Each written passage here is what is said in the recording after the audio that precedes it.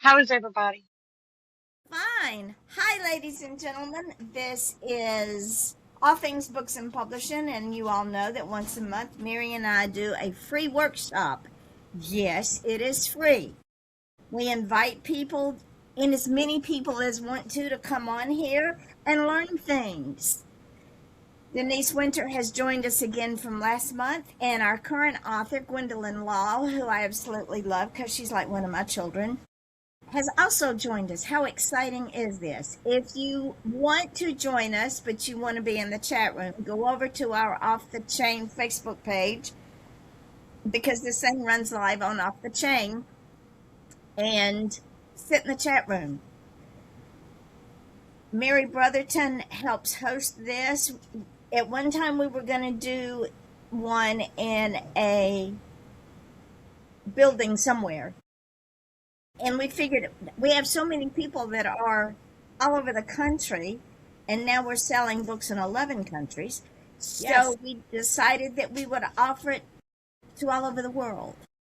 So welcome. We hope that today is informative and that you learn things and that you're ready to come aboard. The first thing that I want to say before we get started is this. Would a pipe fitter try to tell a surgeon how to do his job?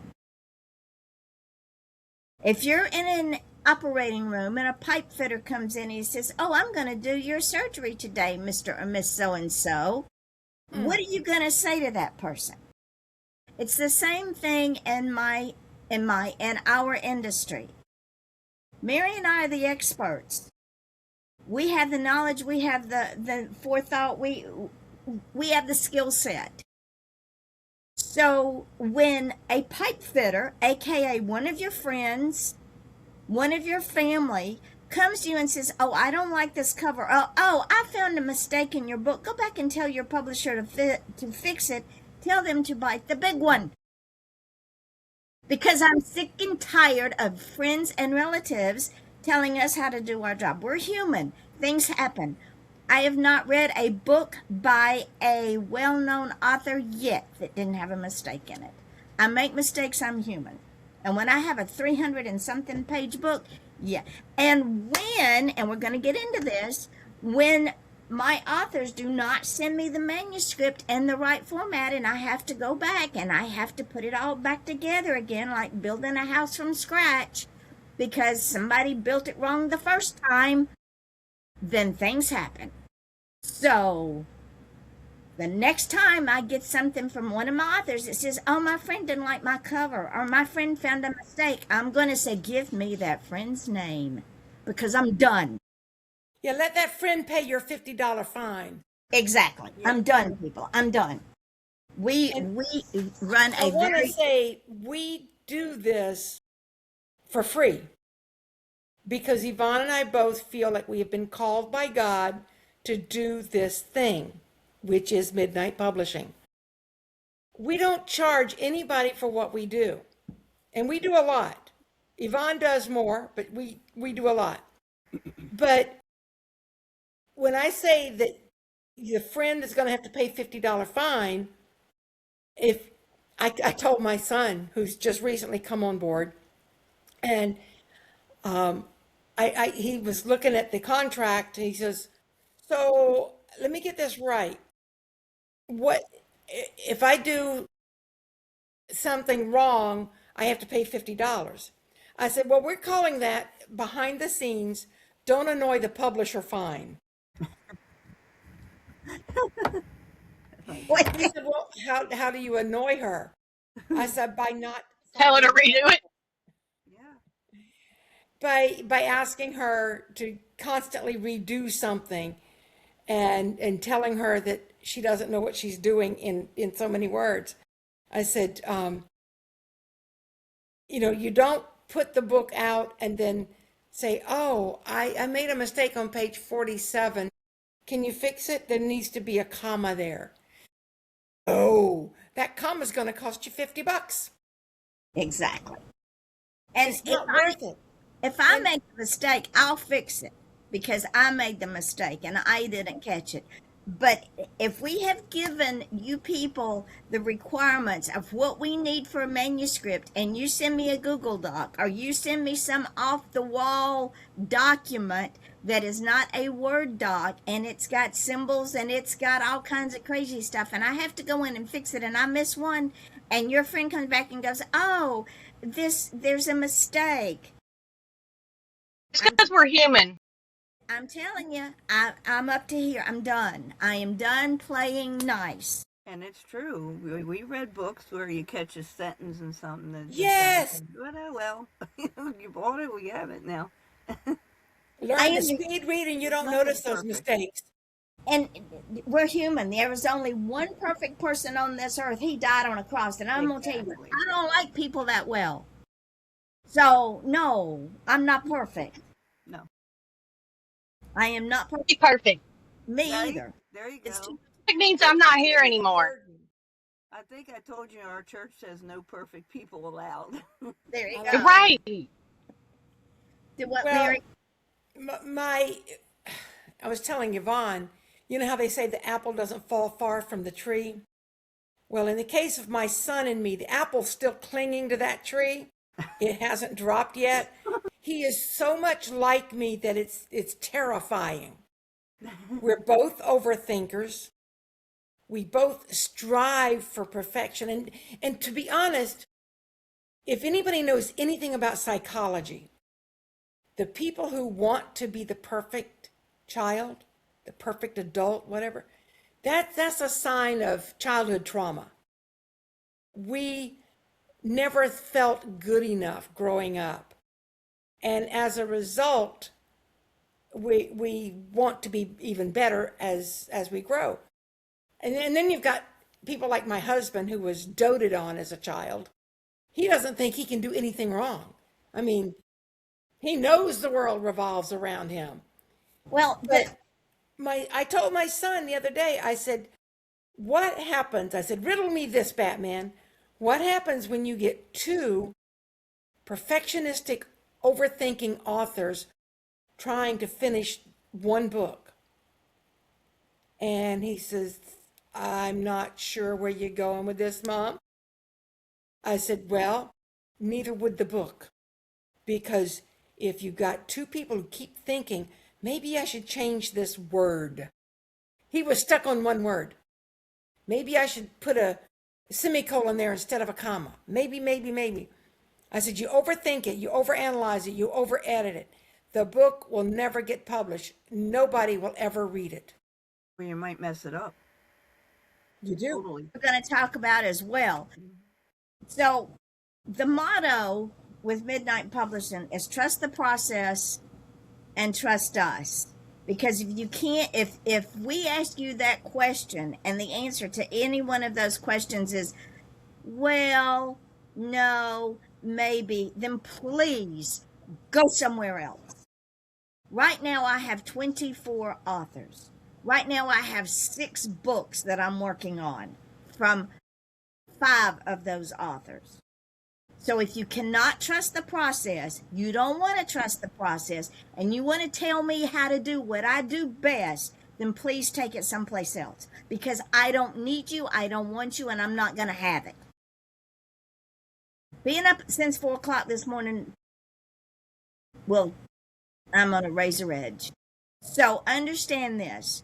We do this for the love of it. And the more that I see out there, there was a thing from a friend of mine in Orlando today, and we're going to talk about this next month. She's been out there a little while, and she's getting all this garbage from all these scammers. I've been out here for 20 plus years. I've run the gamut. And we're going to talk about how to turn their spam back against them into something positive for yourself. Actually, when Yvonne and I first connected this morning, she said, go heading over to the studio. I said, well, I'll be there in a minute. I can't come right now. I'm in the middle of something. So when we did connect, she said, what were you doing that you couldn't join me a few minutes ago? I said, I was going through my spam. She said, why? because my email, if you report them as spam once, they end up in your spam box, and so do their compatriots, their friends and neighbors and whatnot. So I go through my spam folder, and I find all these. We just love your work. We love this book. We love that book. La la la, and they don't tell you up front there's a fee involved in their love. They want you to engage and invest time with them so that you get suckered into thinking they're your friend. But I found a way to turn their words into something that I can market. And we'll talk more about that next month. So what we're going to start with today is, like I said, I've been in this business for a lot of years. My book has been through many, many publishers. And when I turn that book over to that publisher, it's that publisher's book from then on. Yeah, my name's on it. It's my book, but it is their responsibility. I don't have the luxury of saying, oh, I need to add another chapter, or, oh, will you change this entire cover because it just does not suit me. I left out this word because that publisher is going to look at me and say, that would be a no. We don't have time. They don't even charge you. They just tell you no. They just tell, yeah.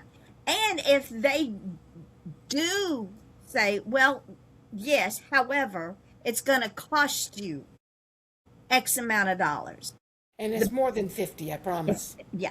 And the On top of what you already charged. right, exactly, Gwen. Good point. And that's on top of what they've already charged you to publish your book. Even though they say they don't charge you, they do. They charge you for editing, they charge you for formatting, they charge you for cover, they charge you for publishing, and they only publish And the ISBN. an ISBN. Yes, they charge you for the ISBN. So when I say, when you send me your book, when you come and you say, I want you to publish my book, two things you're going to get. You're going to get the requirements of what we require. And our requirements, Mary will tell you, she's been in this business a minute too. They're very, very simple. Y'all don't know how many people I've worked with over the years that have said, Mary, would you write our guidelines for us? We don't have any guidelines. We need to tell our writers how to write for us. So I know when I look at her guidelines, they're very simple. And it's absolutely imperative that you follow these guidelines because that makes Yvonne's job easier. And if we can make her job easier, then we keep her happy. Gets your book up faster if it's easier for her. And I'm not cranky. Because if Yeah. I'm happy, ain't nobody happy. Trust me. And what I'm going to start doing is, if you send me your manuscript and it's not in our guidelines, like New Times Roman and 12 Point, I'm going to send it back to you. I am not going to change font, and I'm not going to change. Let the writer do it. You're going to have to fix it. Unless you say, Yvonne, I really don't know how. If you're a novice and you've never done this before, I understand. Anybody that I would say if you're a novice over the age of 50. If you're under the age of 50, you can figure it out. You know, because you have to do it in school. Yeah. Right. But we are getting so big now that everybody is still special, and I will work with everybody. But I don't. And also, I'm feeling better. Amen to that. You know what that means. You're still going to be sending me books. Books are going to be coming. I cannot stop myself. If I am breathing, She's writing. and I am not in the hospital, I am writing. Yes. And I know that Gwendolyn's got books that are coming. So I am a party of one, ladies and gentlemen. And I work from the time I get up until way in the night. This morning I was up at 4 o'clock because I couldn't I sleep. told her last night to go to bed and get some rest because we needed her. I've done this all my life. But when you decide you want to come on board, and when we send the emails out, Mary, we're going to ask them the questions. Are you willing to trust the process, and are you willing to trust us? And those questions have to be answered when you send back your contract. And the contract, it plainly states we don't charge. But if you come back at me and say, oh, I sent you my manuscript, but, and I've already got that book up, and I have to go back and redo that book, I'm charging you. Because my time is worth something. And when I already have 6 books in the pike right now, I don't have time to go back and redo your book. Well, not only is your time valuable and it's worth way more than $50, the $50 fee for annoying the publisher, let's just admit it, that's what it is. It will give people a moment to pause and figure out if this mistake is worth $50. Is Exactly. it worth it to you to pay me to fix this mistake that you made? But I got to cut some air on, so y'all bear with me. Because the thing is, ladies and gentlemen, there is no book out there that is perfect. They don't exist. And if you try to pull that stunt with any other publisher, they're going to say, yeah, we'll do it. It's going to cost you. And your book will be delayed going back up. Now, let me explain to you what happens on Amazon. Every time I have to go in and mess with that book, it messes up algorithms. And you don't want the algorithms messed up, because the algorithms are what keeping that book up at the top, where if people type in, let's say, Gwendolyn's book, September's Chill. If I pull that book down, or if I have to go in and do something to that book, and somebody's hashtagging domestic violence, we want that book right up there at the top, so that people will go, oh, let's see what this is all about.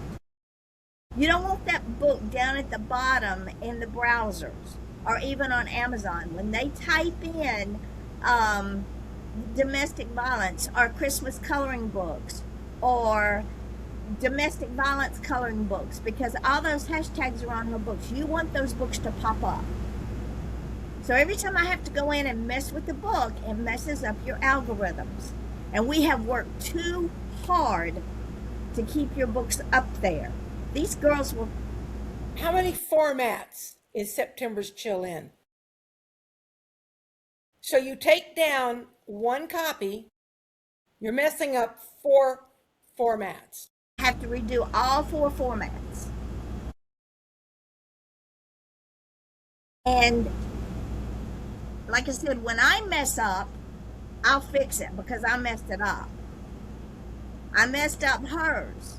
I fixed it. I'm sending you new books. No, ma'am. We're not. No, ma'am. I didn't catch it either. But that's not the point. It was my screw up. She has some collector's copies now. That's September's Chill. That's a hardback of September's Chill. And When see, she had, that's there was something that had to be fixed on it right at the beginning. And when she did it, and they pin it back up, they didn't fix all of the formatted copies or So- something. I don't know exactly how all that works. But that says that. And this one has it correctly. And this is the paperback. Yeah. So now I got to go and fix the formatting on the hardback, because I didn't fix the cover. I'll go back and check and see if I fixed the cover on that hardback. This one's really weird. And Where did it and go? I gotta find the right version of it. well, the new versions are back up, and I've ordered your book, so I'm gonna be sending you books. Okay. This is the one, the spine is correct. Right here, it's spelled right.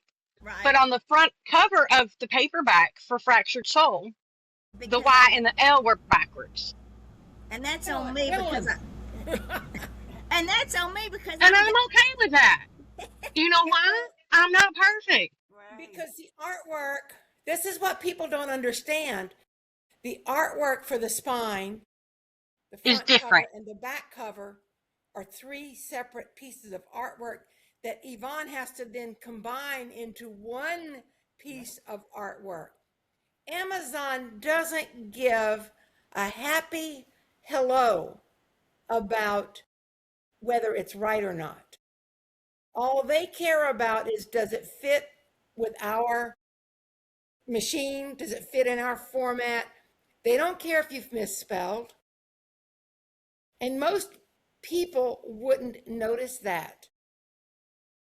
Some You got people to be will. real OCD to find some of the things that get left in a book as a mistake, and some of it's on purpose, depending on the author. that is true. Yeah.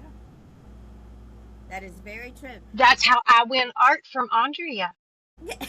Because she gets and Andrea does that on purpose. She will make a mistake to see if people are paying attention. And Sure it they read the book. right. But if I make a mistake and it's my mistake, I own it. Just like I fixed her books. And they were my mistakes. It's not the algorithm no more. It's okay. I got it all fixed. But I'm gonna fix September Chill hardcover. That'll be an easy fix. But that's what happens. The more and if I have to take a book completely down and unpublish it, every algorithm that you ever had is gone bye-bye. And If also, I- changing the cover is a different beast than changing the entire manuscript. Because Very. I asked Yvonne, would it be too much trouble? Would it mess up too much if we changed out the cover to Ramonda's extended warranty? Because I wanted to put on the cover that it had been named Amazon's #1 new release. Because to me, that's Did a it, Alan? special award. Did it, And Alan? Yvonne said, no, send me what you want and I'll fix it. But if I'd said, well, I'd like to take down the book and add 3 more chapters to it, Yvonne would just That's a laugh. different book. It would be a different book. It would be. Exactly. And what And that's what Amazon tells you. yes. It's a different book with a different ISBN, a different barcode. It's a Yes. different version. You can have edition 1, edition 2, edition 3, or version 1, 2, 3, whatever. But you sell them as different books. And then if you want to unpublish version 1, that's fine. But you're starting from the bottom of the barrel with version 2. And like I said, we spent so many hours, so many man hours making sure that your books are out there. And even with Gwendolyn's book, her books have been selling because people don't really care that I screwed up. They want the book. Because the cover is great and it's nice to have it accurate, but the important stuff, especially with Gwendolyn's book, is the story inside. Exactly. Inside's fine. Yeah, it's just Yvonne had a brain. It's just the cover. and we'll fix it. I'll fix hardcover. Fix September's Chill. And But that- I probably need to fix the Kindle version too. But see, That goes back to trusting the process. right. Trusted it. I just sent it to her and said, "Here you go. I'm done." And she made a mistake, so she's going to fix her mistake. That's it. But if you had come back and said, I don't like the way paragraph 27 on page 41, I want to reverse the paragraphs and make my third paragraph my first paragraph. You can't do that. No. This is things you need to do prior to submitting it to the publisher. And once you've done it, as long as you've written your book and you believe that you've gotten it edited and you've revised it and you've, Let it go. you know, at some point you have to just be frozen and let it go. And This one also, went before I ever decided, before I knew it was finished. And I said, well, I guess it's done. She got it now and I won't get it back. that is true. That was the first one. And also, Gwendolyn was with us in our infancy when we were first starting, and it was a learning process. Sure. And Gwendolyn's name was, to me, the way that it spelt it didn't make sense, but we'll fix it. We'll move on and we'll fix it. Life will be fine. You're going to have to talk to the angels about my name. Well, that's okay. Angels will be fine. She's the one that spelled. We'll be fine with it. We'll be fine with it. Now, also, any other publisher, if you say, this is the cover I want, they're more than likely going to tell you tough. Because whether it's published on Amazon or whether it's published outside of Amazon, there are certain parameters that have to be done. And if you create your book cover and you send it to them and you say, this is what I want, and they can't fit it within those parameters, they're not going to use it. And you're lucky if you get to keep your title. Many, many, many times in the big six, they just take your title and rip it apart and give you something else that they think will sell better. Exactly. And in fact,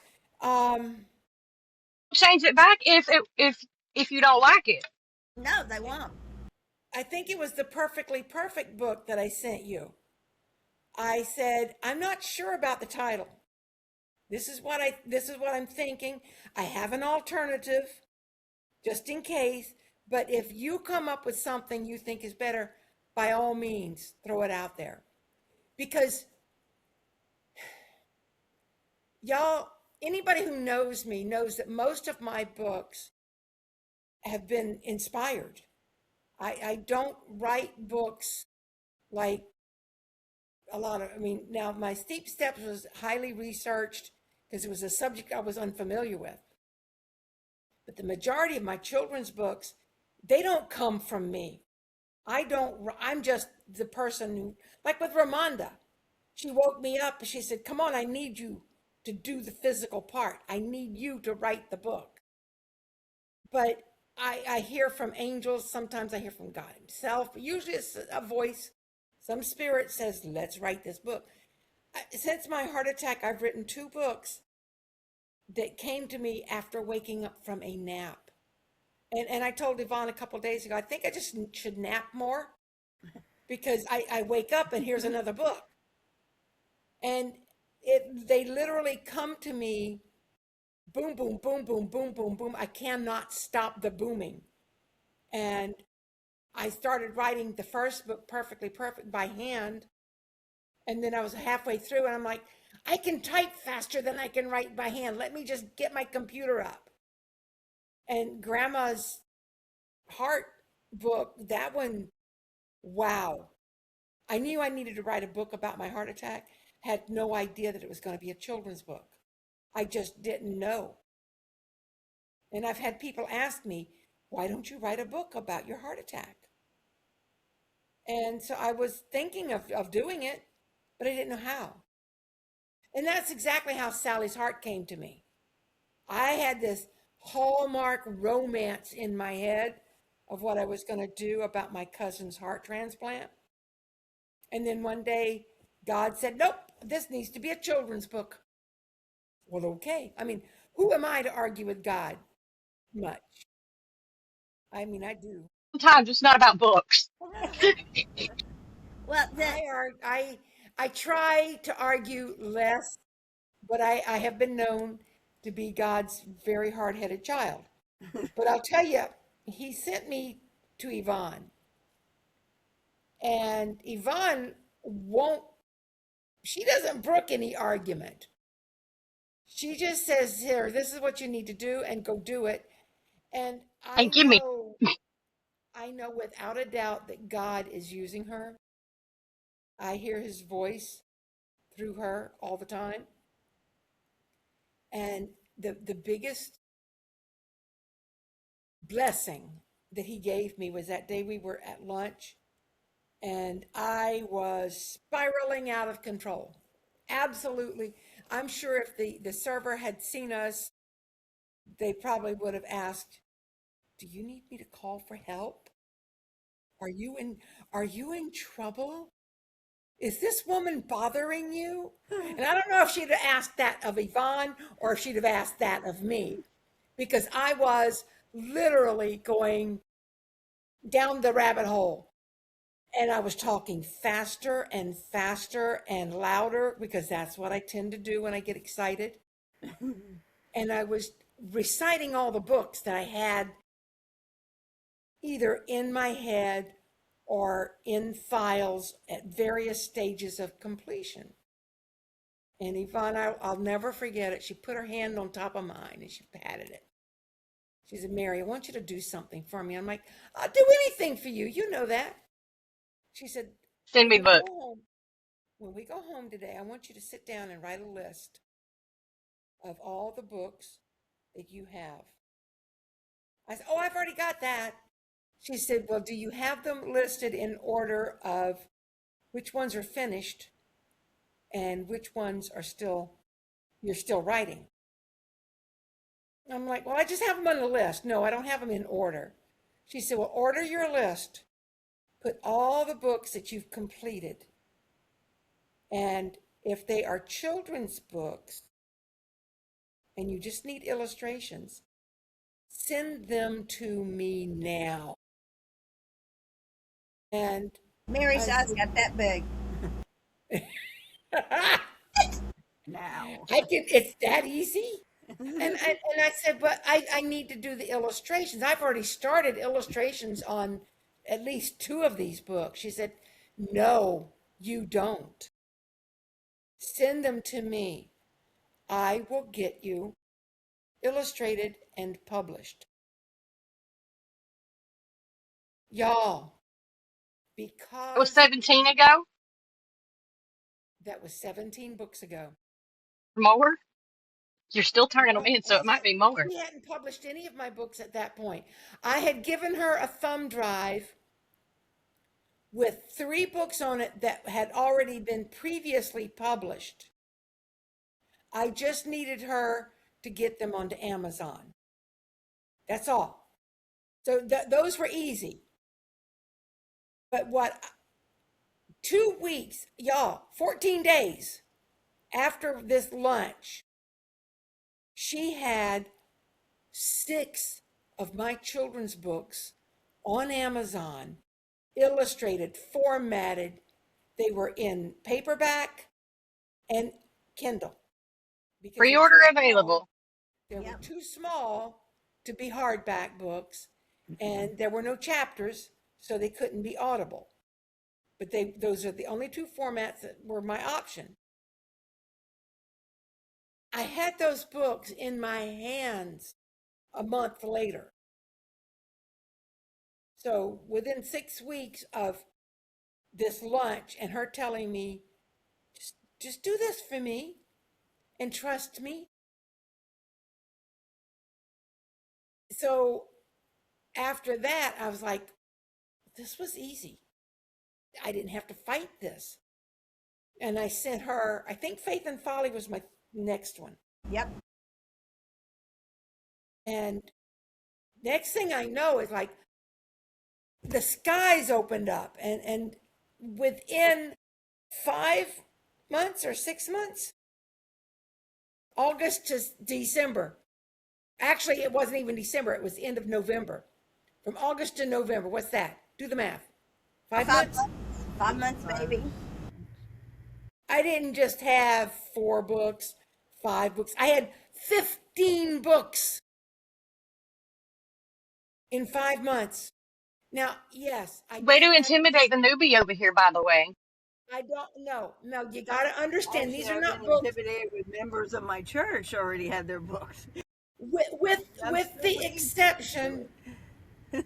with the exception of 2 of those books, I think. I had them already completed as files on my computer.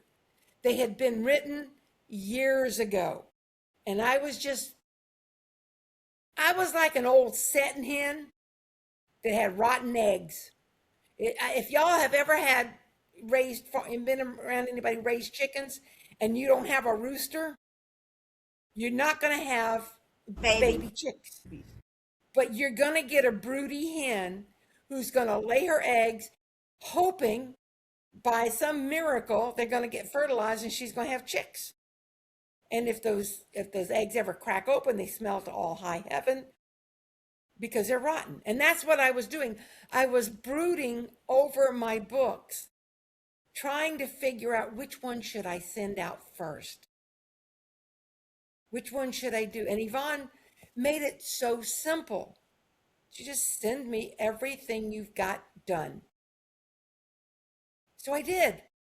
I have more that they're not done because I would write a story, and I guess I'm the queen of short stories, but I have thematic short stories, like From the Balcony. Mm-hmm. A lot of stories about killing people. Let's not get into that. But that was how I handled grief. But also, I had another book that she did called 1,000 Words. 42 different stories that I had written. They just happened to be exactly 1,000 words. Some of them might have been 1,004. Some of them might have been 1,200. So when it came time, I just had to trim them down, make them all 1,000 words, put them together in one file, because that's part of our guidelines. Don't be sending Yvonne chapters. Don't be sending her one short story, one poem at a time. Put it all in one Word document and send it to her. But that's what I did, as I would get these little stories together that were themed. I'd send them to Yvonne and she'd turn them into books. And Ladies and gentlemen, what you have to understand is the mindset of Midnight Publishing is God-driven. I did not set out to do this. I was going to publish my books and 2 people at church because our publisher died. I've said this before. I've told this story before. And God said, no, I have other things for you to do. Enter Gwen. Gwen was one of them. Mary probably wouldn't be here by now because she decided to have a widowmaker. I guess she was bored that day. I don't know. she needed. you were just bored, Mary. That's all. I'm a middle child. I do everything for attention. To the extreme. And I get it via text message. Oh, I just thought I'd let you know I'm in the hospital. I decided to have a widowmaker. And I'm going, really? Really? Well, it was the day before our Wednesday podcast in December. And I said, I'm not going to be there Wednesday because I went to the hospital on Tuesday. And I knew I was going to be there at least another day. So I said, either find somebody else to help to co-host the show or do it on your own. She said, we just won't do it. We're just going to stop them until December's over and give you time to heal. I was just thinking the show must go on, you know? But because this is God-driven, there was a reason that Mary and I had this come to Jesus meeting at lunch. And I think one of the things that I said to her when she was going down the rabbit hole was, stop. Just stop. Yeah. I had that come to Jesus meeting with my child, Gwendolyn. Just, Just do it and give it to me. yeah, stop with the procrastinating, stop with the excuses, stop with, oh, it's got to be perfect. No. Let me tell you something. I'm a writer, I'm an author. I know that, I understand that feeling. However, if you spend your entire life going back over and over and over that same book, it is like regurgitating vomit. Because pretty soon all you have is a hot mess laying on the floor. And that's just the way it is. The more you mess with it, the worse it gets. And not only that, if you're looking for that perfection, which you can never achieve, you're not going to ever get your book done. No, it's going to And sit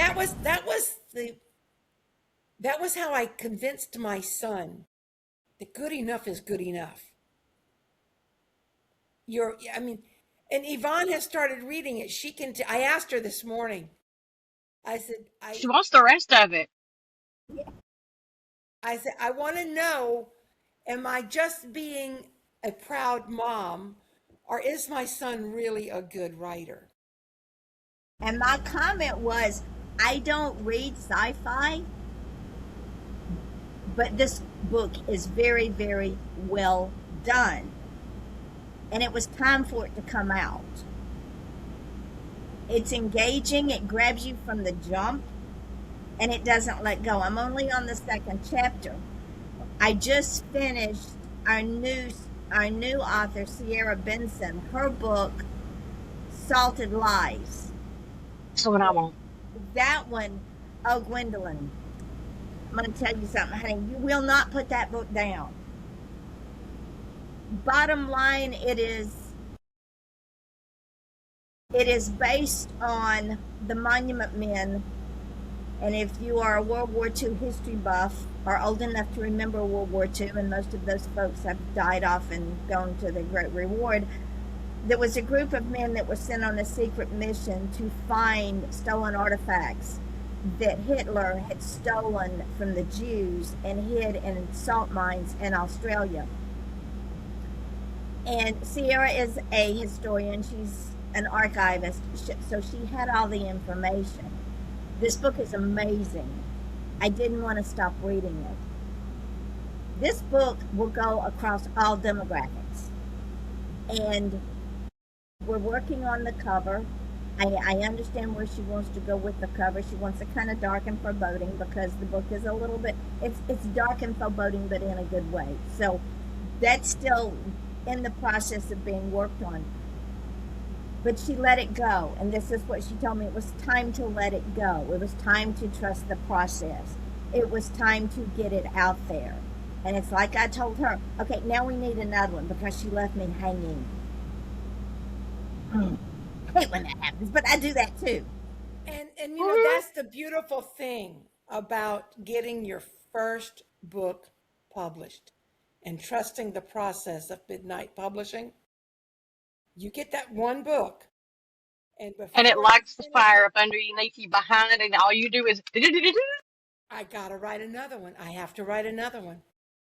Now let me tell you what Miss Gwendolyn did. She sent me September Still back in 2024. And then she went to ground. Now, I've known this chick for over 30 years. And I asked my daughter, who is our biggest PR firm. Hey, Brandy! I said, what have you heard? I said, what have you heard from Gwendolyn? Well, Mama, she told me she was doing some coloring books. I said, oh, really? Really? You tell her I said, send them to me today. Not playing this game. You don't get to go high just because you wrote one book. So what does she do? She sends them to me. Now she has 2 coloring books out. Then the next thing I know, she sent me Fractured Souls, which is her book of poetry, which now has a video that Andrea read and put to a video, because that's how we roll. September Shield does too.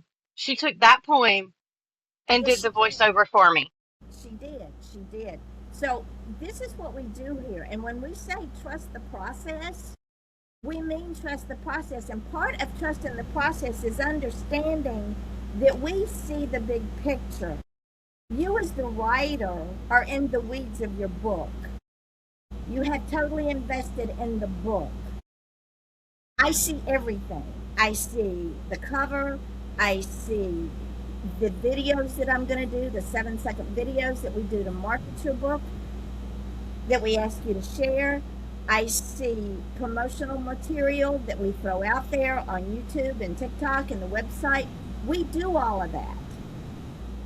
Already I'm got promotional material going for Salted Lies, but you have to trust us, and you have to understand, A, we're not perfect, and B, there are requirements that we ask for.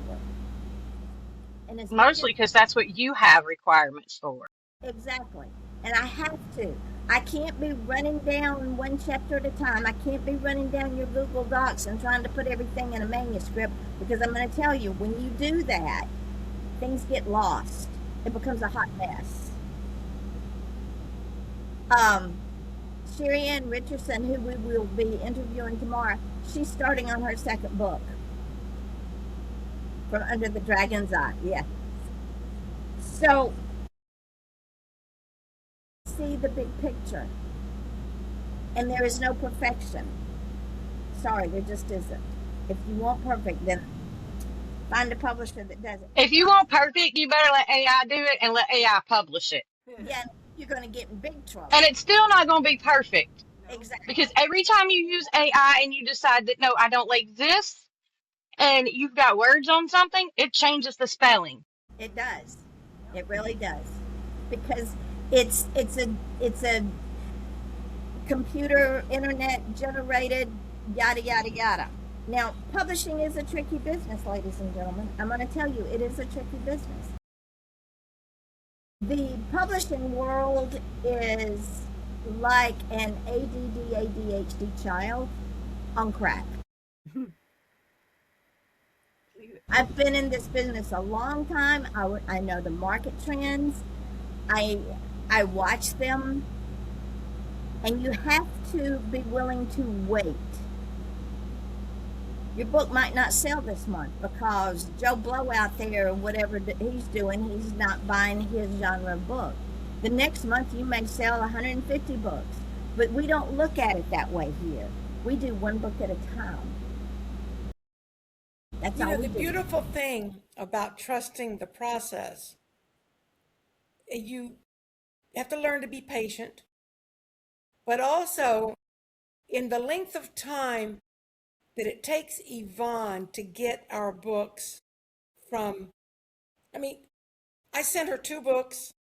They're coming out on the 23rd of the same month. If I was dealing with a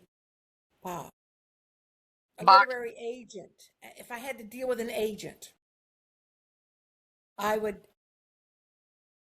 might get an email. They might go, oh yeah, I'd like your book. Send me the manuscript. Okay, so that's another week. For some reason it takes a week, even though email is instant. But when you're dealing with these agents, it takes a week to get them to respond. And then they ask you for more information. And then they hold it for another week or 2. And then they say, okay, I think I'm going to try to sell this up in New York. I'm going to go to New York and talk to some publishers. I'll be back in touch. Well, you might wait 6 weeks. You might wait 6 months. I wait a year. And then And you might never hear back. then eventually they come back and they say, okay, I found you a publisher. They're not one of the big 6, but they're a publisher. They want your bio, your headshot. Now you need to send me your marketing plan. I need to know how many followers you have on Facebook and TikTok and And so send me your social media. They make you jump through hoops. They want your life story before they will promote it. Right. And then once they have Yvonne just got my headshot. Once they have 18 everything. months in. So here we are a year after, and Yvonne's over there selling my books, one book at the time, one book at the time. Maybe they'll catch on fire. Maybe they won't. But it doesn't matter to me, because what matters to me is getting these books out. When I have 2 books in 1 month that come to me it wasn't like I dreamed the book and I woke up with this dream. I mean, I woke up and literally, you know how you wake up some days and you have a song in your head and you just can't shake that song all day long? That's how I am with books. If I don't write them down immediately, I lose them. So I started writing these books. Within, I don't know, less than a week, Yvonne says, "Okay, here's the cover for this book.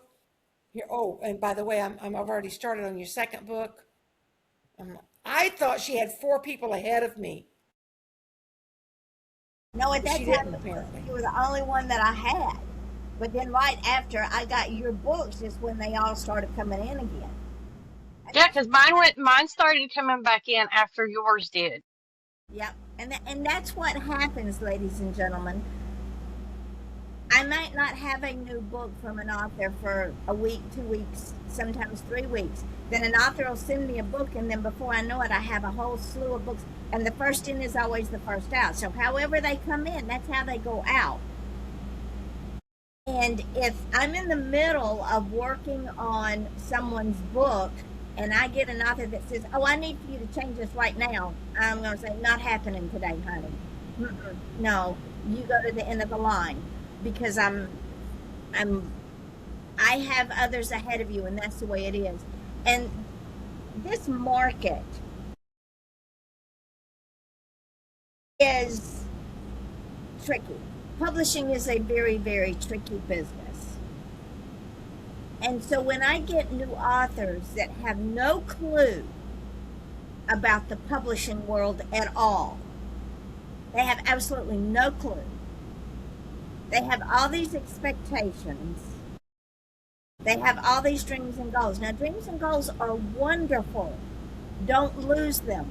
But understand, if you're in this industry to get a book deal, to get a movie deal, to get a TV deal, to sell enough books to keep you afloat for the rest of your life, then you need to go get a job. Leave this industry, because it's not going to happen, especially with indie authors. There is still a stigma. After 20 plus years, there is still a stigma. Even though we have broken the glass ceiling, there are still people out there that think that we're dirt under their shoe, and I just laugh at them, because I know how far I've come. It's because we're independent. Yeah. We have our own ideas of how we want everything to be, and we don't want them messing it up. And because we don't want them messing it up, because we already got a mess over here where we're writing to start with to fix, we don't need them messing it up. Exactly. Or messing up our process for writing and saying, "No, you can't write it that way." Excuse you, my book, not yours. But they will do I'm that. I'm the writer. I can't write it like you want it. And they will do that.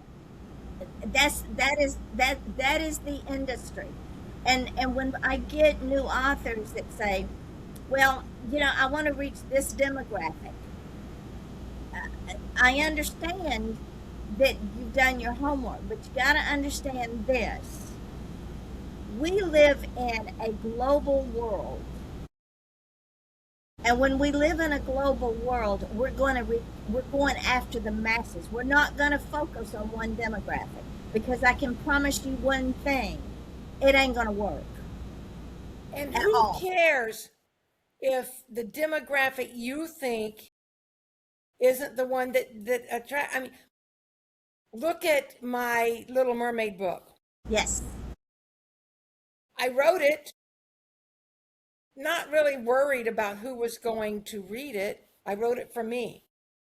But you think, okay, mermaids, maybe little girls. But then along comes Yvonne was with me when I first sold my first copy in person, even before it was sold on Amazon. And grown women picked up the book and looked at it and goes, I need this for me. I don't want this for a grandchild or a dog.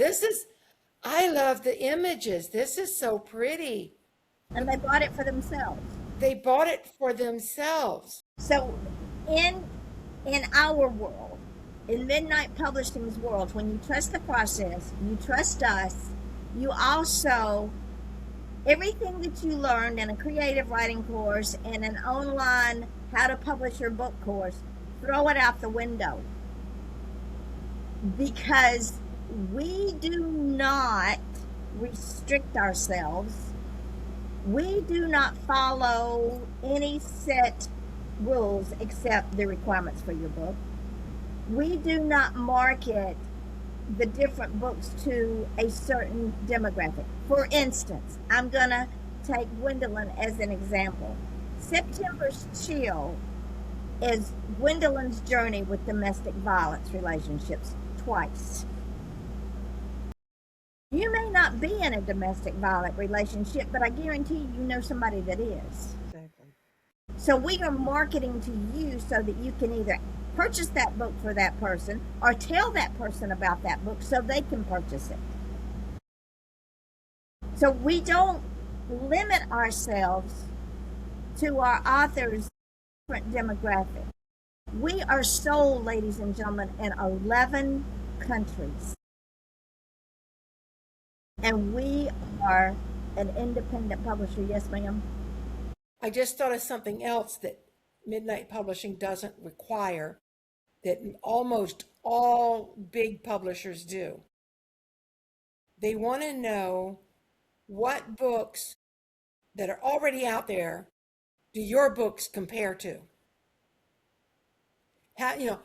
Send me a comparable list of 3 to 5 books that, or they'll tell you who's reading your competition's books. What? Yeah, they want to narrow you down, put you in these little pigeonholes, make you fit into conformity. They want to put you in a niche, and that's the only niche that they want to publish you in. So when I went and did coloring books afterwards, that would have been a whole different niche that they wouldn't have wanted to put me in. Right. And they don't want you to publish anything except what your alleged genre is. For Yes. instance, Gwendolyn. And I don't even, I don't stick to one genre, Neither but do I I. also, my books blend. I mean, most of my books are fiction, my children's books, but they have a lesson. But also, like my novel, Steep Steps, it was based on reality. And it wasn't a true book, but as I'm reading it to different people, they're like, okay, is this one of the true things that happened to you? Or is this not? But when I did 1,000 Words, I put totally made up stories right along with journal entries. I blend fact and fiction. And if Gwen's debut novel was September's Chill, if Gwendolyn were to send another publisher another book in a completely different genre, let's say she just got on a tear and decided she wanted to write romance, that publisher would say no. It's outside of your genre. It's outside of the formula that we want you to be in. We don't do that here. People are free to write whatever they want to, but we don't publish erotica. But I would be so upset if I had to stick to just one genre. I'd be Because I couldn't do it. my mind is too busy for that. And I think it's wrong to limit writers to just what they might have started with. in In the publishing world, outside of our little family, in the publishing world, there is a formula that they all use, and they don't venture from it because it is a formula that they have decided that works. So what happens is they want the writer to pump out as many books in 6 months as possible. They really want 3 books a quarter. So what they do is the writer gets into this formula. They change the names, they change the place. The plot's the same. The outcome is the same. So if you read their debut novel and then 10 novels out, if you read another one, it's the same thing. It's boring. Here we encourage our writers to go beyond that which they know, to stretch themselves beyond what they could possibly ever do. And we want them to be the best at what they can be, at what they do. So when somebody says to you, well, I got my book published over here at Ace Booking, and they're really, really nice. I really, really like them. The first question you ask them is this: what'd they charge you? How many books did you get with them? And were you able to change your genres? Because I'm going to guarantee you, I already know the answers. I already know the answers. Already been there. I mean, the first book I wrote was about angels. If I had to only write about angels, I'd have 4 books. Now, maybe I'll write another book about angels down the road. But that's a long cry from 17. It is. And Gwendolyn will tell you, I think she was shocked when I had Brandy contact her and tell her to send me those 2 coloring books.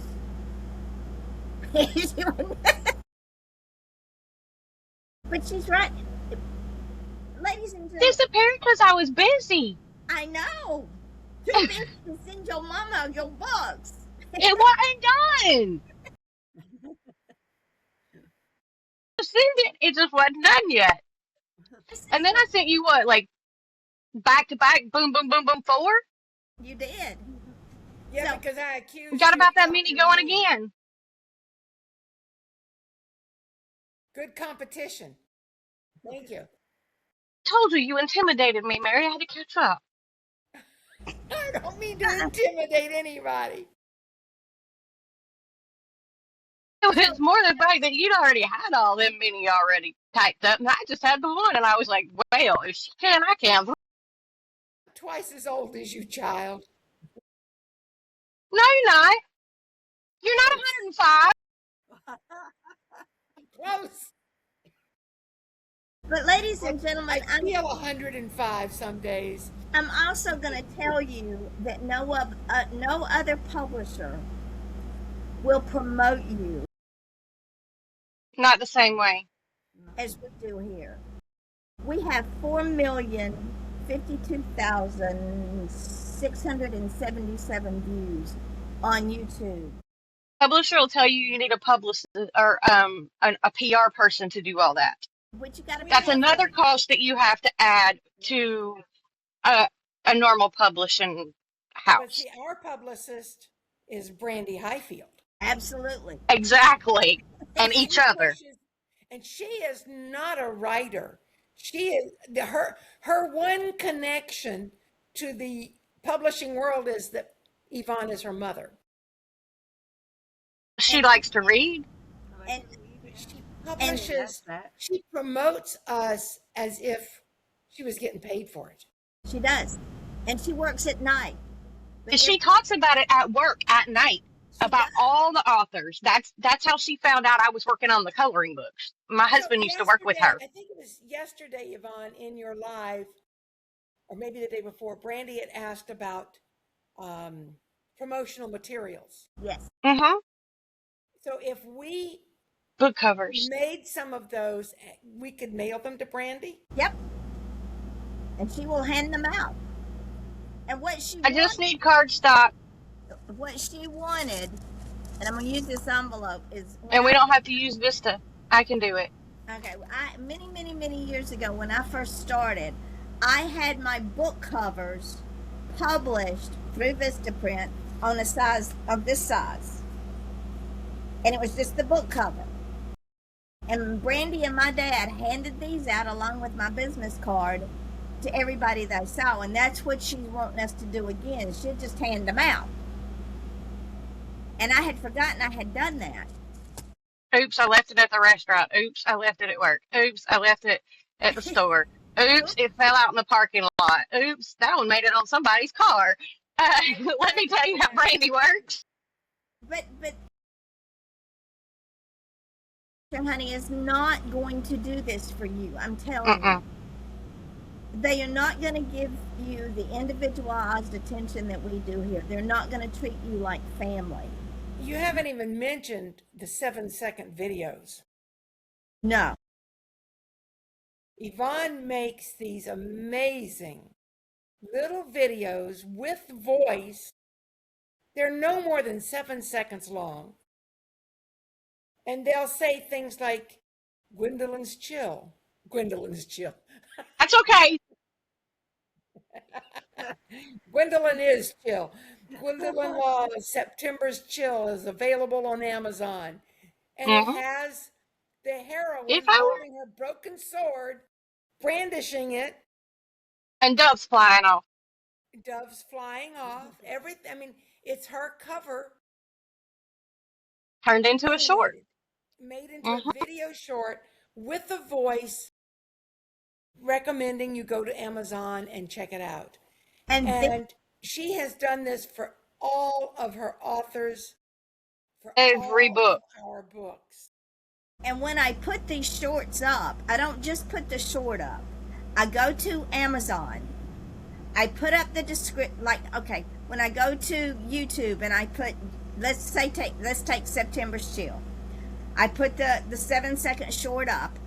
I go to Amazon. I pull the description off. I put it in there. Then I drop the link in there, so that all that person has to do is just read the description, hit the link, go buy the book. When I put it up on the website, I do the same thing. I put the YouTube 7-second short up, go pull the description, add the link to the book, do the hashtags, and put it out there. Same thing on TikTok. Every book gets a description and the link to Amazon with that 7-second short. You can't buy That's why that. TikTok don't like you. Well, they're saying they don't know what happened. They didn't do anything, but it's still not working. But that's okay. They're my redheaded stepchild. I don't care. Not when I got 4 million viewers on YouTube. YouTube, it's not a, yeah. It's not Not a contest. no. Mm-mm. So when we ask you all, and you say, I want you to publish my book, will you publish it? Yes, we'll publish it, as long as it's not erotica. We will publish it. But the question is, do you trust the process and do you trust us?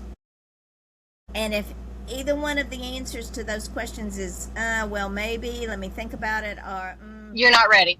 we're gonna say, go do your homework. When you're ready. Yeah. Because if you're not ready, then whatever I do is not going to be enough for you. And I don't have time to babysit grown ass adults. I'm not in the mood. You're either all in or all out. There's no sitting on the fence in our world. You're either in or you're out. And we take care of our family. As soon as I put stuff up on our social media, they all start sharing with each other. Because in this world, in business, in marketing, which I've been doing since I was a little girl, in marketing, when you tell 3 people, like you go to your favorite restaurant and you have a nice meal, you love the server, the atmosphere is wonderful, you go home and you put it up on all of your social media because you can't wait to tell everybody. Everybody's going to the restaurant. When they go, they're going to tell people. That's how it is in the publishing world. It's how it is in our world. How social media works, period. Exactly. tagging people, like if I'm sharing Yvonne's book, Mary's book, whatever, I try to tag them. If I'm on a different social platform and am sharing it, I will tag them. Hashtags are also important when you reshare people's stuff, like hashtag indie author, because that's what all of us are. Hashtag midnight publishing, and that gets everybody included for like sending it to the site for all of us at one time. Um, you can also hashtag if you know what genre it's in, like with my poetry, hashtag poetry. All those kind of things add up, and she uses those hashtags. She will tag you if it's your book. Mary tags everybody. I tag everybody. You can put it like when you go to post on Facebook specifically. I don't know about everywhere else, but it lets you tag who you're with. When you tag all those people, it sends it to all of their pages, so all of their people get to see it as well. And that's one of those things that we just do, or I just do. Well, because we live in a global world,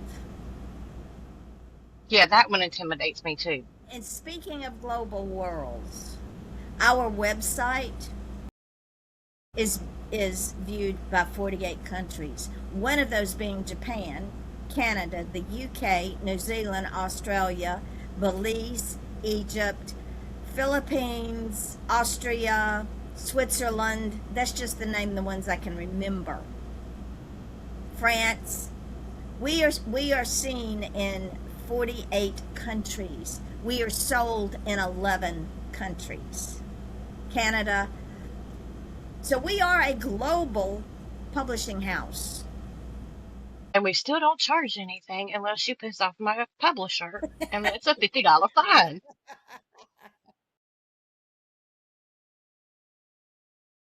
I don't know how many small press publishing houses can say they're global, or even if they keep up with it.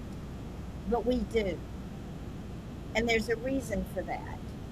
Because if we sell one book in a foreign country, we can claim that wonderful add on. We're not just And sold you it. don't know how many times people in that country are sharing that book Exactly. and telling their friends, go check it out. Go check out this book that I found. And that's the beauty of having it on Amazon and not in brick and mortar stores. And that brings me to another point, ladies and I ain't gentlemen. got to get out of my pajamas to go shopping for a book if I go to Amazon.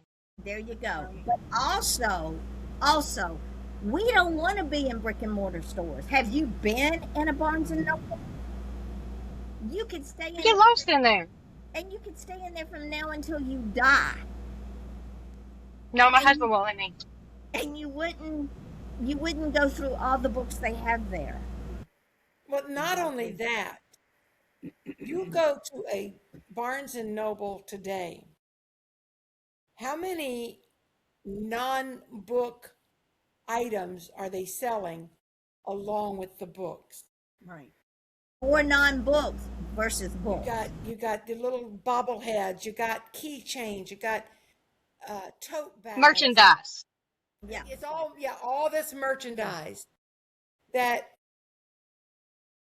some of it's nice, some of it has the name of the book on it, but some of it is just non-specific. I mean, I was guilty. I bought a goat in Barnes and Noble one time. I don't even want to know. It was a stuffed goat, not a live one. It was not a stuffed goat, but it was not a live goat either.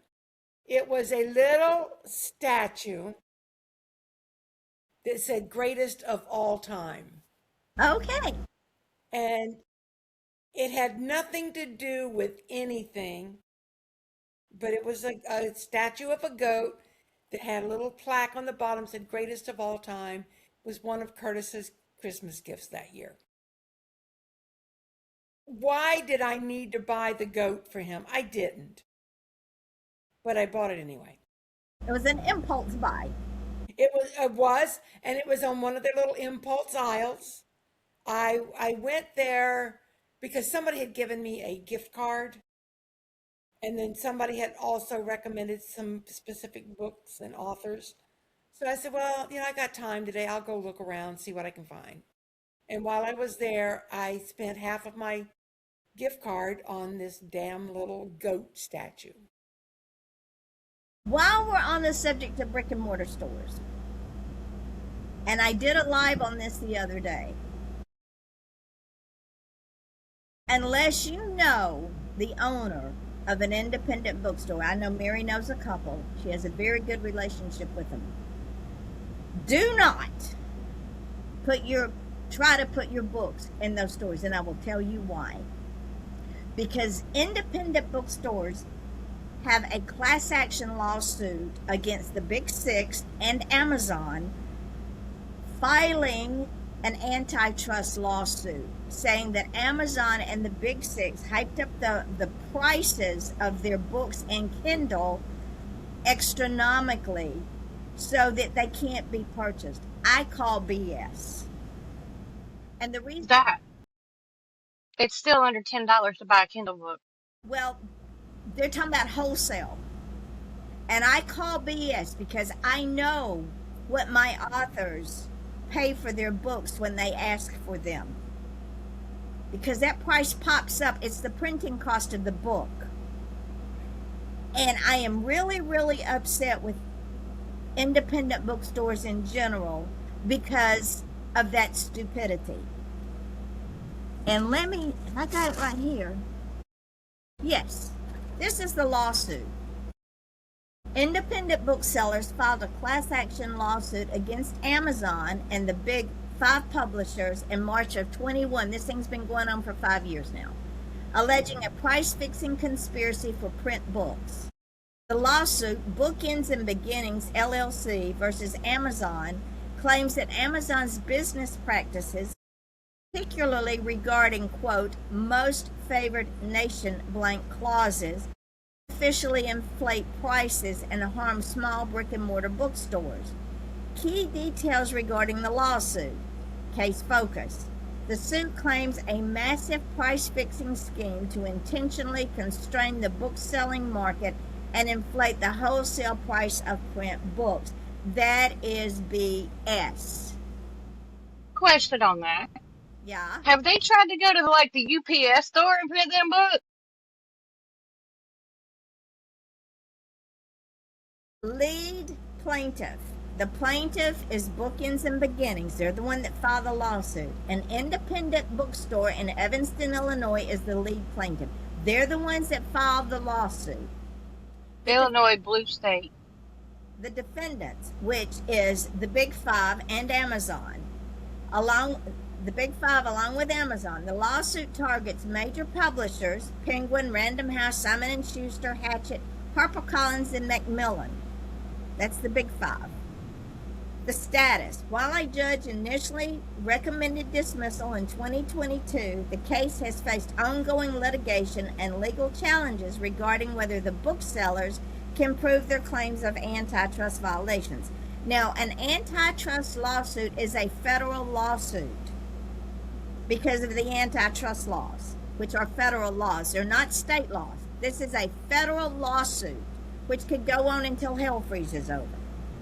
A separate similar case action lawsuit focused on ebooks also alleges that Amazon conspired with the Big Five to increase ebook prices by up to 30%. Now, why in the name of creation would they even care about ebooks? Because they don't get anything off of ebooks. That's why they care. That's why they care, because they don't have access to sell that.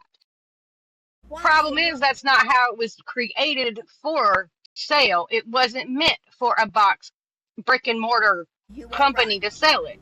While the initial lawsuit was dismissed, several independent bookseller associations have filed subsequent actions And as a result, those independent booksellers refuse to carry any Amazon printed books in their stores.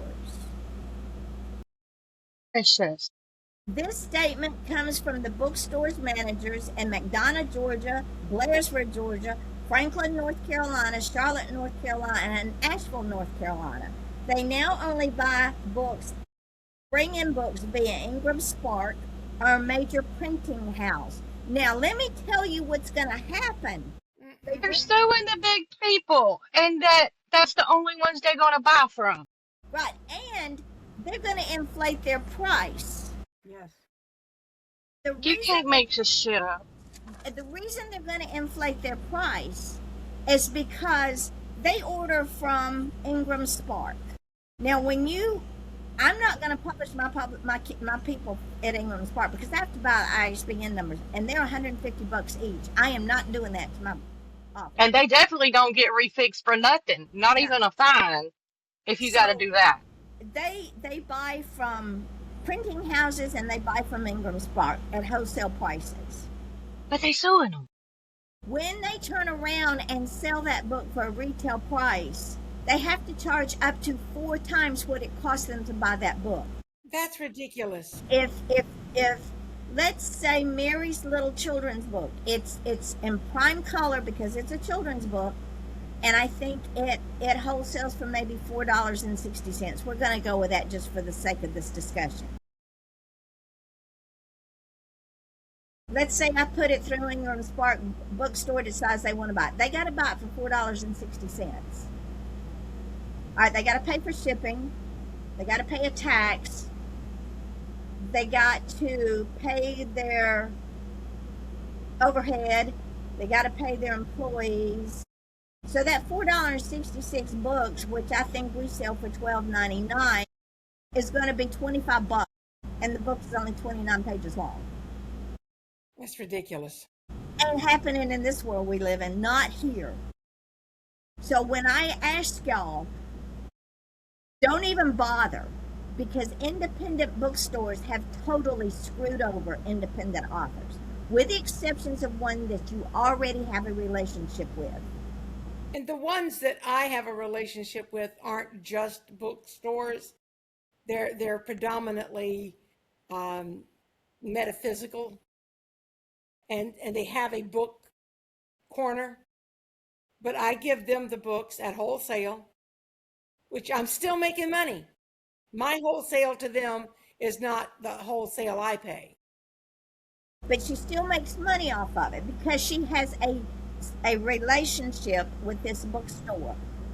But if you go into an independent bookstore and want to put your book in there, they're going to tell you no, because the first thing they're going to say is, are you on Amazon? Did you publish through Amazon? Yes, I did. We're not. No. And why should they care? When they start asking me that question, I think my reply would have to be, I don't believe that's any of your business as long as I can supply you with the book. Yeah. But we don't want to support those bookstores because they're not supporting us. Talk about Right. not trusting the process. Exactly. I can't trust their process. No. I can trust you, Bonds. So when I get asked if our books are in bookstores, emphatically no. No, but if I'm at a flea market, y'all might find some. But that's a different animal. That is you at a flea market in your booth doing your thing. Uh-huh. Right. And there's nothing that says she can't do that. But why do I want to trust an independent bookstore that doesn't want to promote independent authors? Exactly. Ain't happening. Not when we're sold in 11 countries and have 4 million viewers on YouTube. What can they give me that we're not already doing here? Exactly. And Nothing. there's no guarantee that book's going to sell. And let me tell you what they do after 60 days. Let's say It gets moved to the back. and it goes on sale for $2.99. So you make no money, ladies and gentlemen. You make no money when they do that. And the fact that they're Mm-mm. refusing to buy from Amazon says a whole lot about their character. It is now almost 2:30. We have been on here an hour and a half. I know Mary's getting tired. I see it in her She face. looks like it. Not Final thoughts Time to is nap and come up with another book. the final thoughts is, would you want a welder in the operating room doing your surgery? They don't have the knowledge, they don't have the tools, they don't have the skill set. So, do you want to fight with doing your book yourself, become frustrated and give up? Or do you want to trust the process and trust us to do it and take care of it and promote you and treat you like family? It's all on you. Gwen, what cause and thoughts have you got, honey? me for closing thoughts. If you can't trust anything, trust Yvonne. Thank you, honey. Donnie, Denise, you got any closing thoughts? Well, I've trusted God when Carol was the one that sent me to you. And so I trust the process, trust where God's taking it. And as soon as she gets her book done, she's sending it. What about you, Miss Mary? If I didn't trust the process 6 months ago, I would not have published 17 books by now. And she wouldn't be here either. Wouldn't No, have 5. because I really believe that part of my life lesson was to learn to trust the process Yes. and learn to ask for help, learn to accept the help. And when I learned that lesson, God said, huh, there's hope for her after all. Let's keep her around a little bit longer, but let's just slow her butt down a lot. We're gonna make her crawl again before she can walk, before she can run. But we're gonna make her take a lot of naps and give her some ideas. Right now, we have 98 books up. Wow. I need to send you 4 more. Okay. We have, ladies and gentlemen, and we will be in business 2 years in June.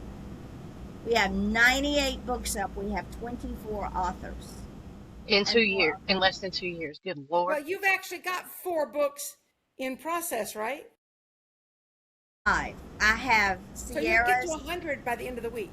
I have Sierra's. I have Matt's. I have Ann's 2. I have Waiting on Dar's. And whenever Anata sends me hers, there's 6. So within 2 weeks, you'll have 100 books. Over 100. So we're, ladies and gentlemen, we're doing something right here. Even with our mistakes, we're doing something right. One book at a time. And one book at a time. We don't pressure our authors to sell 100 books. That's ludicrous. They're already successful because they let it go and trusted the process. Yeah. Closing thought. Yes, ma'am. We don't have deadlines. No. You write the book in your own time. Yeah. There's nobody breathing down your, but see, that's part of trusting the process. If you trust the process, you're just going to write your book when it, and you'll stop. You'll know when it's finished. If you don't trust and you keep micromanaging yourself, then you're not going to get anywhere. There is a phenomenal success in just completing the book. There are so many people out there who don't know how to talk. They talk the talk, but don't walk the walk. At Midnight Publishing, we are applauded and celebrated every time we get a book done. We don't have to sell it to be successful.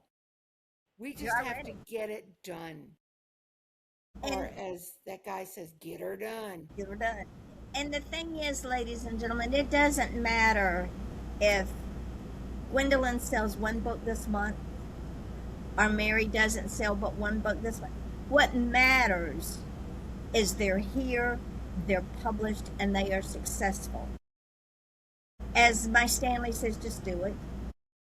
I don't want to hear any more excuses. Well, I'm too busy, I'm too that, I'm too... The road to hell is paved with good intentions. Just saying. So, And I want to say one last thing. of course you do. Of course. No, I'm looking at all of our little boxes on my screen, Yeah. and I see everybody is branding. Gwendolyn Law, Yvonne Mason, Denise Winter, Mary Brotherton. We don't have cute little usernames that nobody knows who we are. No. We don't just have our first name so people are wondering. So 5 years from now, when somebody stumbles on this on YouTube, they're going to know who 4 of Midnight Publishers authors are. They're going to be able to go look on Amazon and find our books because we are Branding our name. we're branding we are the company, we are the brand. We are branding ourselves by putting our full and complete name on the screen the way we will be known on our books. And for those of you who saw the commercial on Sunday, I saw it way before Sunday. The Budweiser commercial. I've been watching. She was a thing. I have watched every commercial that they have put out. Now let me tell you what they did. We know the brand is the Clydesdales. We know the brand is the Eagle because it's in the middle of the Anheuser-Busch logo. We know the Dalmatian is the brand. The beer is the product. When they put that commercial together, even if you did not drink, you knew what that commercial was about. And you understood the brand. And the eagle and the horse did not have to say a word, and neither did the farmer at the end, because the look was everything. Yes. That's what we do here. You are the brand. Your book is your product. And it's how you present your brand helps sells your book. And when I hear people say, well, I really don't want to get on social media. I'm kind of afraid of it. I sort of backed up. Not my problem. Good for promoting. Suck it up, Buttercup. Because Buttercup, I went on TikTok and didn't even want to do lives, and that's what I ended up doing for the longest time. so there you go. If you don't promote your brand, which is you, then the product's not ever going to sell. Exactly. I guarantee you people buy Budweiser in droves after they saw that commercial. And they didn't have to even bet say they a did. word. Because the brand is the Clydesdales, the Eagle, and the Dalmatian. And that commercial spoke volumes. Just saying. It So did. that we'll close. Tomorrow, Mary and I will have our podcast at 9:30 with With Sherry. Sherry. Yes. I'm in the middle of one of her things that she posted on something. So when y'all are ready to trust the process and trust us and understand that I have been marketing since I was 5 years old. And when I am reading your book, I see the big picture. Don't limit yourself and marry yourself to a cover that you have come up with. Number one, If you got go if ahead. you got specific symbols though, or a specific color that are special to you, put it in the email to her. She will try to incorporate it. Yeah. Well, that's like when my son he was working on his cover. I asked him, I said, are you married to it? Because Yvonne might have another idea. He said, Mom, because I trust you, I trust her. He said, I do like this cover. I'll say we've been engaged for quite a while, but I'm not married to it. And what you have to understand, ladies and gentlemen, is just because you like a cover, or Aunt Susie over here likes a cover, or your best friend over here likes a cover, it doesn't mean that it's going to market well, because we do not blend in here. If your cover's not standing out, it's going to get lost in 4 million books on Amazon. It is 44 million. 44 million. It's going to get lost. And I'm going to tell you something else that's going to happen. It's not going to make people want to read the description or read the back or pick it up. It's not going to make people want to share it because your cover begins the story. The back makes you want to read the story. So if I thought I had a killer of an idea for my Faith and Folly. And Yvonne said, nope, we're not doing that. Try this one. It was perfect. And then the videos, did you see the last video? I'm just coming down this bridge.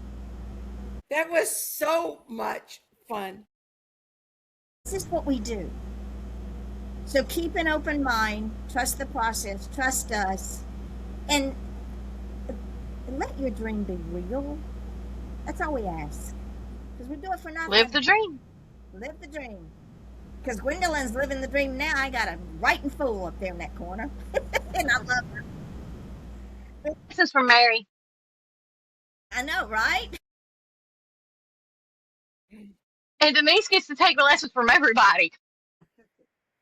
Understand, this is God driven. And it's God driven because these three people right here needed to know they were in a safe place. They needed to understand that there's no criticism, there's no judging, there's no, oh, you can't write that because it's too raw. Honey, have you read any of my true crimes? Doesn't get much rawer than that. Does not get much rawer than that. There's no, you're not good enough. We don't do that here. If you've got a story to tell, we sell it. We know how. So look for Sierra Benson's new book, Salted Lies. Look for Aaron's new book. Help me, Mary. Manaphage. Manaphage. Look, Gwenda's going to be sending me more. Mary's going to send me more books. Denise is working on her journey with cancer. And we're family. Till tomorrow, have the day you deserve. And may you people be as kind to you as you are to them. I love you, ladies. Thank you. Love you. I love you all. This was magnificent. Just trusting the process. You know, we didn't really need an hour and a half to tell people, get over yourself. No, we needed that family time. There you go. But you know, the whole idea was to Reconnected. teach a lesson about how to follow, trust the process. And really and truly, all that means is get over yourself. Stop overthinking, stop looking for perfection. Allow Yvonne, the expert, to do what she does best. She's been gifted by God, and she's sharing that gift with all of us. And we've talked in the past about what happens if you take that gift and hide it.